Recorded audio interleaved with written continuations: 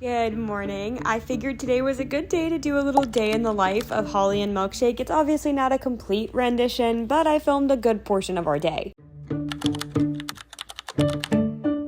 I start my mornings by waking up Holly and feeding her breakfast, and usually I feed just raw food in the mornings, but I'm running low and I haven't felt like going to the store, so we're doing a little bit of a combination.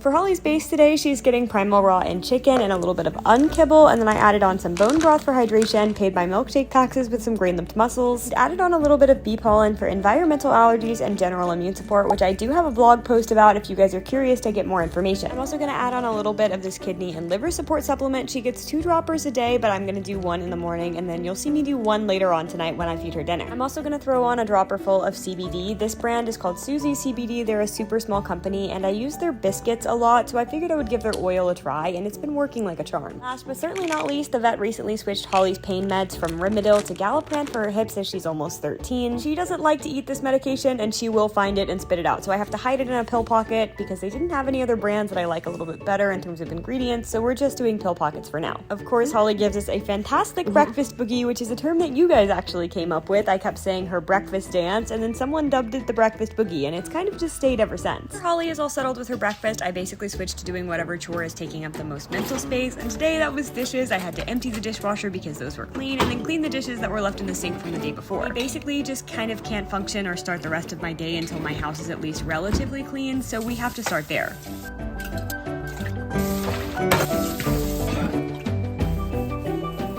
If you've never used one of these disposal cleaning pots, I highly recommend it. The smell lingers and makes your kitchen smell so nice and fresh, and they're so fun and satisfying to use. If you're not new to our accounts, then you probably already know how picky I am about cleaning my pets' bowls, and I clean them every single day, no matter what, and if you're not doing the same thing, you absolutely should be. Even if you're only feeding kibble, your bowls are still harboring bacteria, especially your water bowls, so do yourself a favor and clean them every day.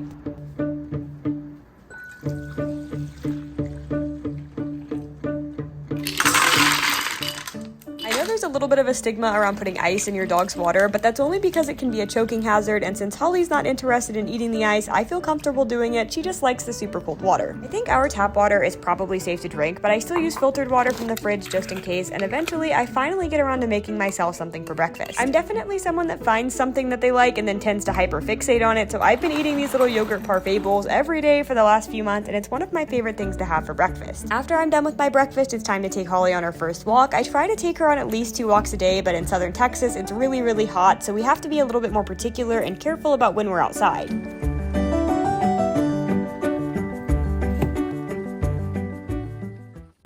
Lucky for us, there's a pet-friendly hotel with a Starbucks inside that we can take Holly into, so we end up popping in there a few times a week to get a coffee and a pup cup.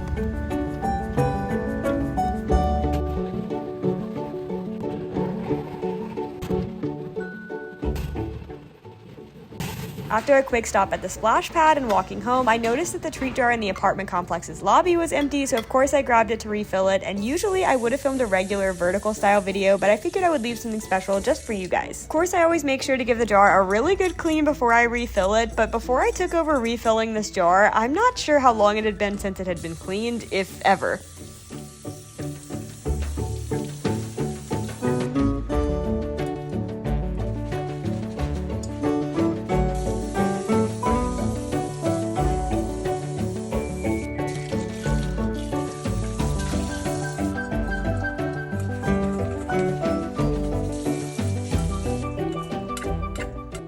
It's kind of just treat jar refill day across the board because I'm refilling the jar that we just cleaned that goes in the apartment complex's lobby that doesn't technically belong to me, but I refill it. And I'm also going to wash and refill this jar, which I keep Holly's larger chews in, and it's also time to refill the hallway treat mailbox. So we're doing all of that today. At this point, half of this vlog has just been me doing dishes of different varieties, so I'll speed through cleaning all of this and we'll get to the stuff that actually matters.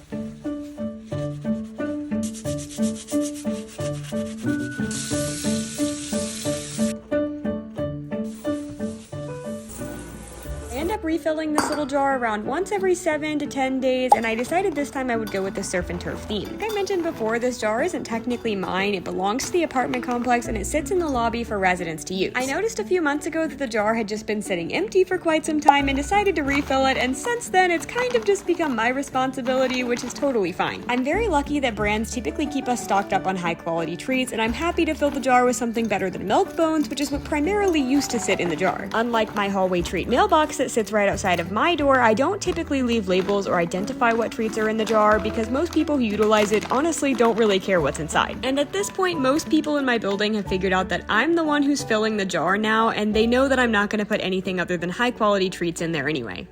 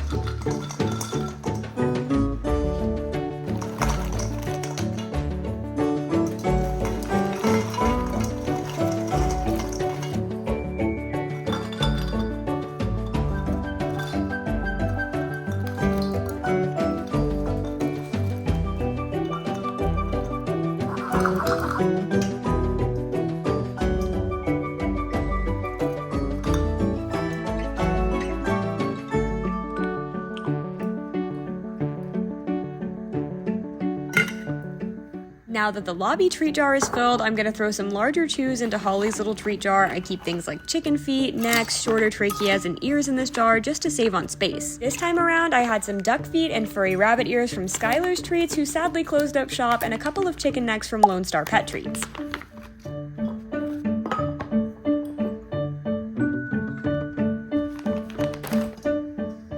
Last up for treat refills, I have my personal hallway treat mailbox that sits right outside of my door that I refill about once every 7 to 10 days as well. I always start by pulling off the old labels, taking out the little paper towel at the bottom, and giving it a good wipe down with some pet-safe antibacterial wipes.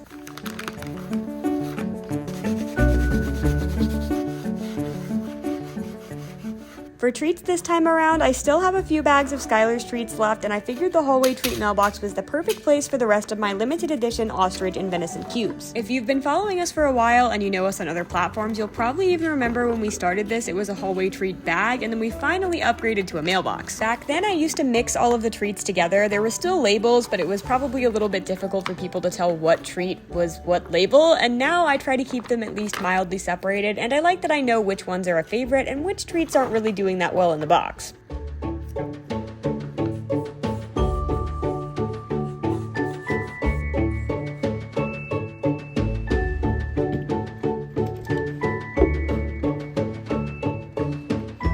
Now that everything has been refilled, I just put the boxes and jars back in their designated areas, and now I'm gonna head back to the house to unbox some packages.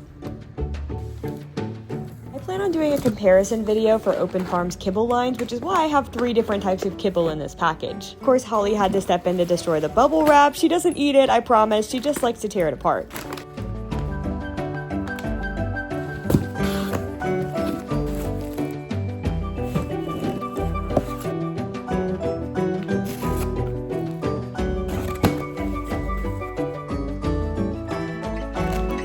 If you guys are interested in slower versions of unboxings, just let me know. I just didn't want to get too boring. After I finished putting everything away, I headed down to the lobby to pick up donations that residents had dropped off for a food drive I'm helping with. I organized and boxed up everything, and then it was about this time that I realized it was around 2:30 and I hadn't eaten anything other than my yogurt bowl, so I grabbed a little bit of a snack. This is one of my favorite snacks. Everything about it is perfect except the stupid little rye chips. I hate them, and I will separate them by hand every time.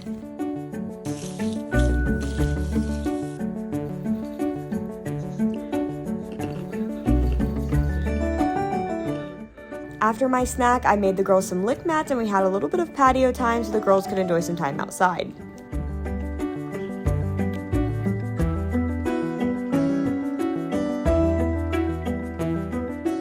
A bit later, it was time for me to do Holly's nails, which is not her favorite activity, but she is a really good girl about it, so long as I can bribe her with some snacks.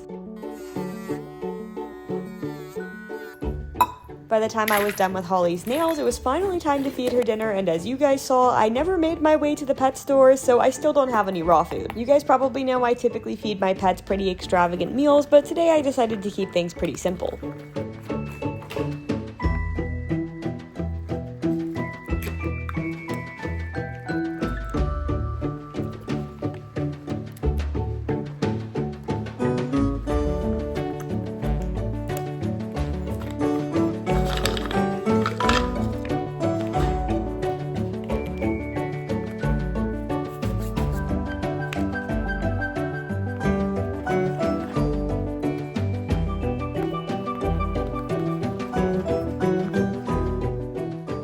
Of course, Holly gives us a fantastic breakfast boogie, even though technically we're doing dinner, and as she was eating, I decided to go water the plants, which Milkshake happily supervised from her favorite spot on the patio.